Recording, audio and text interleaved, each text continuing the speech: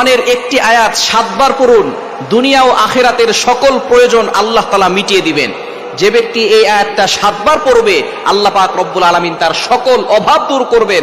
অসুস্থ ব্যক্তি 7 বার পরে পানিতে ফু দিয়ে সেই পানি খেলে আল্লাহ তাআলা সুস্থতার নিয়ামত দান করবেন।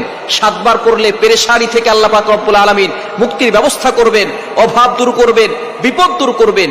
এরকম চমৎকার একটি আমল আর হতে পারে না। কোরআনুল কারীমের ভিতরে আল্লাহ পাক রব্বুল আলামিন সবকিছু দিয়েছেন।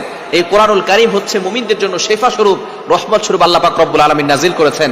আল্লাহ পাক রব্বুল আলামিন নিজে বলে দিয়েছেন 15 নম্বর পারা 9 নম্বর পৃষ্ঠার 2 নম্বর লাইন, সূরা বানী ইসরাঈলের 82 নম্বর আয়াতে রব্বুল আলামিন বলেন, وَنُنَزِّلُ مِنَ الْقُرْآنِ مَا هُوَ شِفَاءٌ وَرَحْمَةٌ لِّلْمُؤْمِنِينَ। আমি আল্লাহ তাআলা মুমিনদের জন্য এই কোরআনটাকে শিফা স্বরূপ, রহমত স্বরূপ নাজিল করে দিয়েছি। সুতরাং কোরআনটা হচ্ছে মুমিনদের জন্য শিফা, মুমিনদের জন্য রহমত। এই কোরআনের ভিতরে আল্লাহ তাআলা সব দিয়েছেন।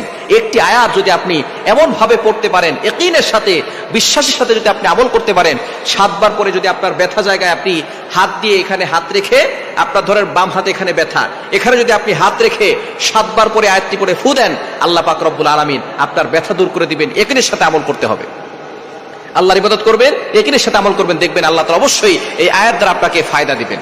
আয়াতটি হচ্ছে সূরা তাওবার সর্বশেষ আয়াত, 129 নম্বর আয়াত, 11 নম্বর পারা 6 নম্বর পৃষ্ঠার 14-15 নম্বর লাইন, সূরা তাওবার 129 নম্বর আয়াত।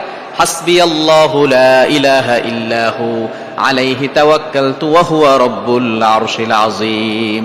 এই দোয়াটা কিন্তু আমরা অনেকে জানি, তাই না? একেবারে সহজ বাক্য, সকলের কাছে পরিচিত। হাসবিয়াল্লাহু লা ইলাহা ইল্লাহু আলাইহি তাওয়াক্কালতু ওয়া হুয়া রাব্বুল আরশিল আযীম।